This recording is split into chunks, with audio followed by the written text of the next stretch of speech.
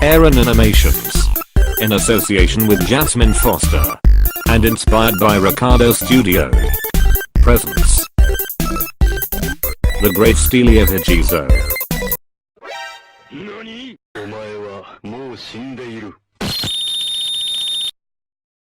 Let's start this video right.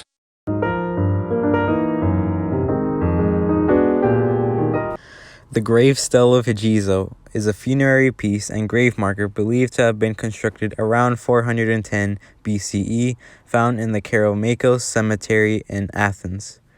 This stele functions like a tombstone, which shows the social living of Proxenios' daughter Hegeso. Steles have become more personal during this era in Athens. Tombstones weren't considered to maintain importance until the Peloponnesian War in 431 BCE.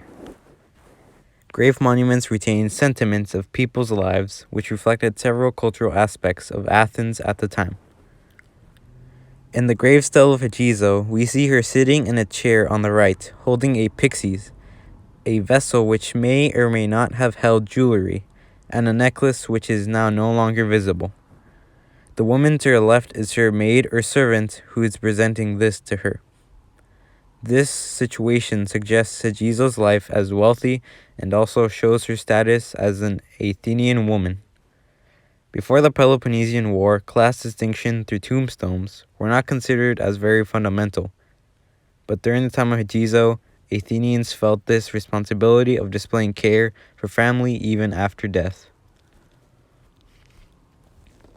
Hegeso and her maid or servant are in direct contrast to one another in a seemingly domestic situation. Hegeso takes on a more complicated design as seen by her hair and the chair she sits in, which holds a more eloquent design, and the maid takes on a simple chiton. She also is receiving the pyxis by her, embedding Hegeso's status.